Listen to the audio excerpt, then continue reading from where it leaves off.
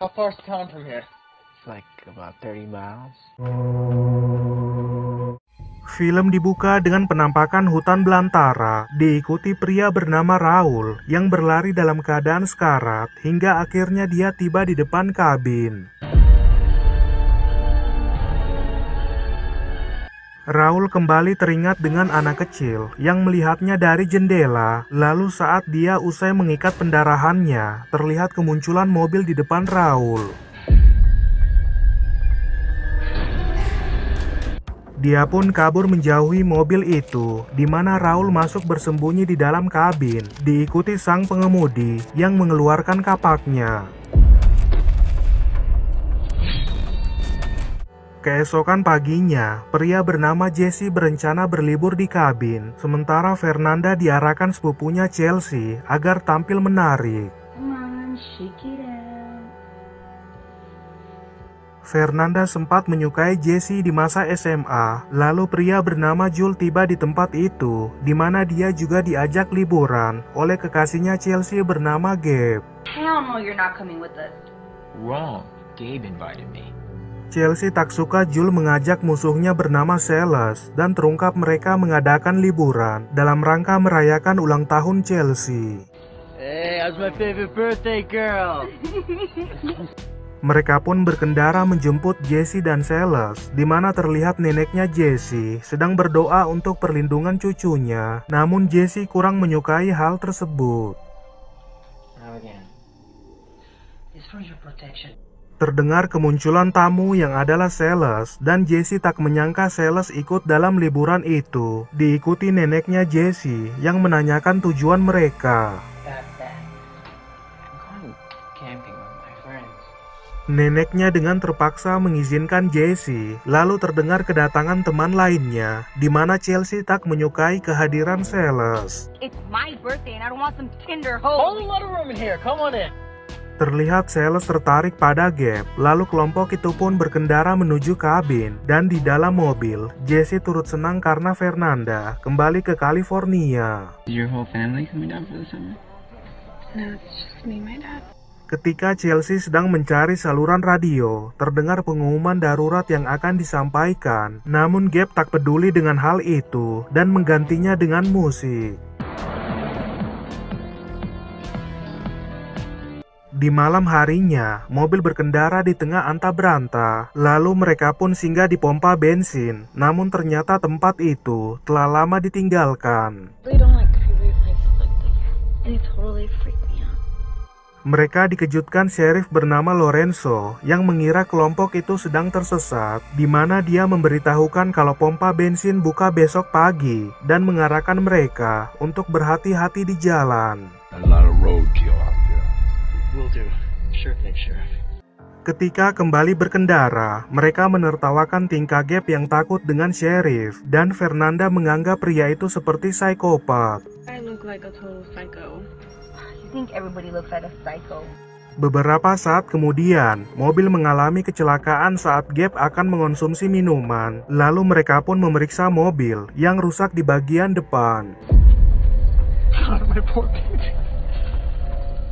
Terungkap sinyal tak terjangkau di wilayah itu, membuat Celeste menjadi panik, dan ketika memeriksa rusa yang mereka tabrak, badan rusa itu mengejutkan mereka. Kelompok itu pun kembali berkendara, di mana mobil tiba di depan kabin tersebut. Lalu Gabe ingin terlebih dahulu memperbaiki mobil, namun jarak ke kota sangat jauh. How far is town from here? It's like about 30 miles.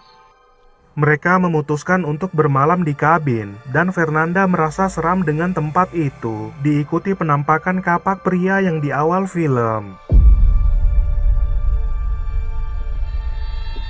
Terungkap kabin itu atas rekomendasi dari Jesse, di mana para wanita merasa ketakutan, dan ketika lampu padam, Jules membuka minuman untuk merayakan pesta.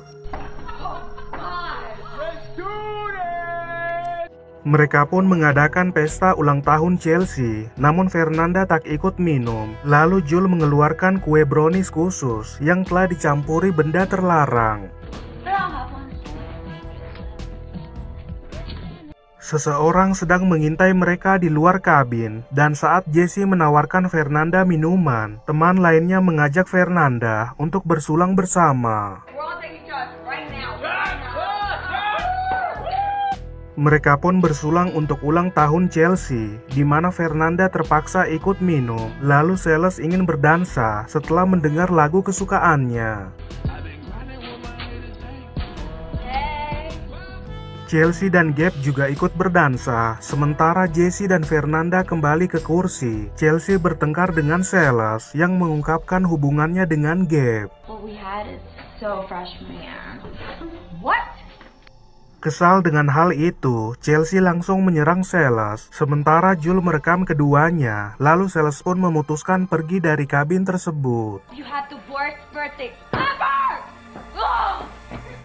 Ketika Jesse dan Jul pergi menyusul Sales, terlihat sosok bertopeng di balik jendela, diikuti keduanya yang mencari keberadaan Sales. Jesse mengarahkan agar berpencar, sementara di kabin, Fernanda kembali membaca bukunya, lalu Sales mencari jalur kembali dengan memakai senter ponselnya. Ponselnya kehabisan daya, membuat Sales kesal, lalu saat dia kembali berjalan, terlihat sosok bertopeng mengikutinya, dan Sales mengira itu adalah Jul. Jewel, is that you? Sosok itu menyerang Sales dengan pisau milik Gabe, diikuti Gabe yang meminta maaf atas kejadian itu, di mana dia berhasil meredakan kekesalan Chelsea. And I love you a lot.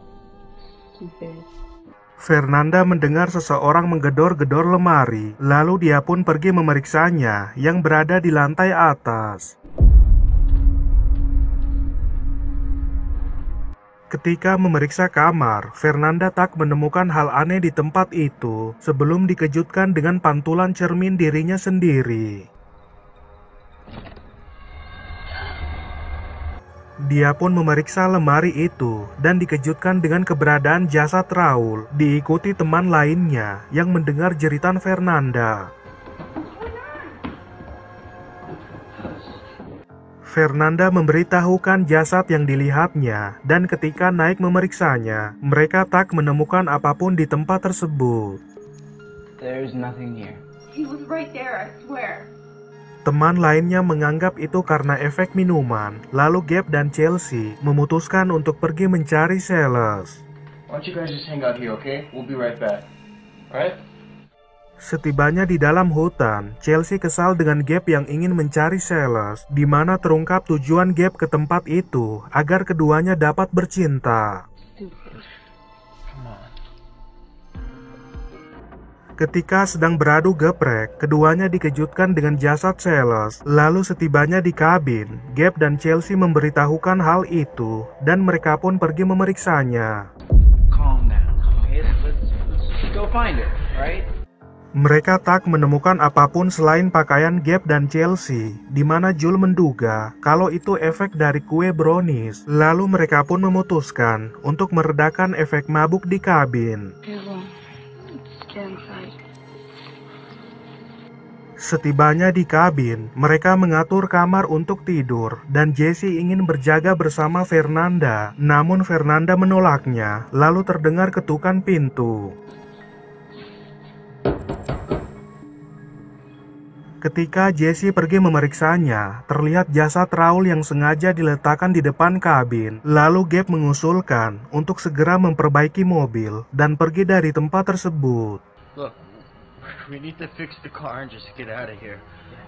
Kemudian para pria memperbaiki mobil Gabe, sementara Chelsea dan Fernanda tetap di dalam kabin. Lalu terdengar ranting patah di dalam hutan, di mana Jul akan pergi memeriksanya. What was that? I'll go check. Gabe kembali memperbaiki mobilnya, diikuti Jul yang menemukan sumber keributan yang disebabkan hewan serigala, lalu dia pun kembali ke kabin. What? Nothing, bro. Chelsea tak sabar pergi dari tempat itu, sementara di luar, Gabe tertindih badan mobil yang membuat dia akhirnya tewas. Teman lainnya membawa Chelsea ke dalam yang sangat terpukul atas kematian Gabe. Lalu Jesse memberitahukan mereka tak bisa lagi berbuat apa-apa selain menunggu pagi tiba. There's nothing we can do till the morning. Keempatnya pun membagi tugas, yaitu mengunci semua akses masuk, di mana Joel bersama Chelsea, sementara di luar, sosok itu sedang mengintai mereka. Fernanda mengganjal pintu dengan kursi dan mengambil pisau untuk berjaga-jaga, lalu dia pun panik saat lampu kabin padam, namun Jesse berhasil menenangkannya. Hey, come on, right here. Fernanda menolak dicium Jesse, di mana dia menyadari kalau Jesse selalu memantaunya di media sosial. Lalu keduanya memeriksa ke ruangan lain. Jesse akan memberitahukan rahasia tempat ini, namun Fernanda tak ingin tahu rahasia tersebut. Diikuti seseorang yang mengetuk pintu kabin. Mengira itu adalah sosok pembunuh, Joel memutuskan untuk turun memeriksanya, dan ternyata itu adalah Sheriff Lorenzo. Go! Hey, let's go! Open the door! Sheriff kesal karena mereka mengabaikan peringatan darurat di mana sedang terjadi kebakaran hutan. Lalu mereka pun memberitahukan pembunuhan itu, dan Sheriff akan memeriksa tempat tersebut. Baby, premises enough. Mereka diarahkan masuk ke dalam mobil, sementara Sheriff memeriksa kabin, di mana dia sudah menduga kelompok itu memakai barang terlarang. Yeah. Not smoke or nothing. Joel kepanasan berada di dalam mobil, diikuti Chelsea yang curiga kalau Sheriff adalah sosok pembunuh. Lalu Sheriff dikejutkan dengan kemunculan Jesse yang usai mengunci pintu belakang kabin. Sheriff menganggap keributan itu ulah hewan liar, dan ketika keduanya menuju mobil, Sheriff terkena tembakan sosok itu, membuat mereka panik ingin keluar dari mobil. Jesse tak menemukan kunci untuk membuka mobil, lalu Joel pun menghancurkan kacanya, dan setibanya di dalam kabin, mereka berpencar mencari kunci mobil Sheriff. Ketika Joel dan Chelsea naik ke lantai atas, keduanya menemukan tulisan darah yang bertuliskan waktu habis. Lalu Joel mengusulkan agar mereka menghadapi sosok tersebut. Chelsea muak dengan permainan sosok itu, di mana dia keluar meneriakinya. Lalu mereka menyadari Sheriff hilang, dan Jesse menduga kalau Sheriff masih hidup. Jesse memutuskan pergi mencari Sheriff, namun dia tak menemukan apapun di dalam hutan, dan terlihat Sheriff masih hidup, sementara Jesse kembali ke dalam kabin. Dia ingin memberitahukan rahasia tentang tempat ini, karena itulah mengapa neneknya Jesse melarangnya mendatangi kabin, dan terungkap 9 tahun yang lalu orang tuanya dibunuh. 9 years ago today, my parents were killed. Jesse tak tahu penyebab kematian orang tuanya, namun dia selalu melihat neneknya melakukan ritual doa untuk melindungi Jesse dari bahaya. What do we do to protect you? What does your grandma do? Mereka pun memutuskan untuk membuat ritual itu, di mana dalam prosesnya, suara telepon tiba-tiba berdering, padahal sinyal tak terjangkau di wilayah tersebut. Menyadari itu berasal dari lantai atas, Joel dengan terpaksa akan memeriksanya, dan membawa kapak untuk perlindungan diri. Joel mengendap-endap ke lantai atas, dan setibanya di atas, teman lainnya menanyakan keadaannya. Lalu dia pun mencari sumber suara telepon tersebut. Ketika menemukan keberadaan telepon itu, terlihat sosok pembunuh di balik jendela, dan saat Joel memeriksanya, pesan menunjukkan kalau dia adalah korban selanjutnya. Jesse memutuskan naik menyusul Joel, walau teman lainnya menghalau Jesse. Lalu keduanya melihat Joel keluar dengan berjalan sempoyongan. Thank God you're okay. Joel terkena serangan di belakang badannya yang membuat dia akhirnya tewas dan keduanya pun pergi menyusul Jesse. We gotta get Jesse. Jesse telah terikat di ranjang yang pingsan saat Joel diserang. Lalu ketiganya mendapati jasad Joel telah menghilang, diikuti tulisan darah yang bertuliskan, "Kami datang untukmu, Jesse." Dia pun meneriaki sosok itu agar keluar menghadapinya, di mana Jesse yakin kalau semua ini ditujukan untuknya, namun tak mengetahui itu adalah pembunuh atau iblis. Sometimes I think it's a serial killer. Sometimes I think it's a demon. Di masa lalu, Jesse melihat ayah ibunya sedang bertengkar dan terungkap ibunya keluar dari rumah karena ingin bersatu dengan selingkuhannya. She stormed out with her bags with her love. Jesse adalah anak kecil yang di awal film, lalu dia mengarahkan keduanya masuk ke dalam ruangan rahasia, di mana terlihat potongan koran memberitakan pembunuhan orang tua Jesse.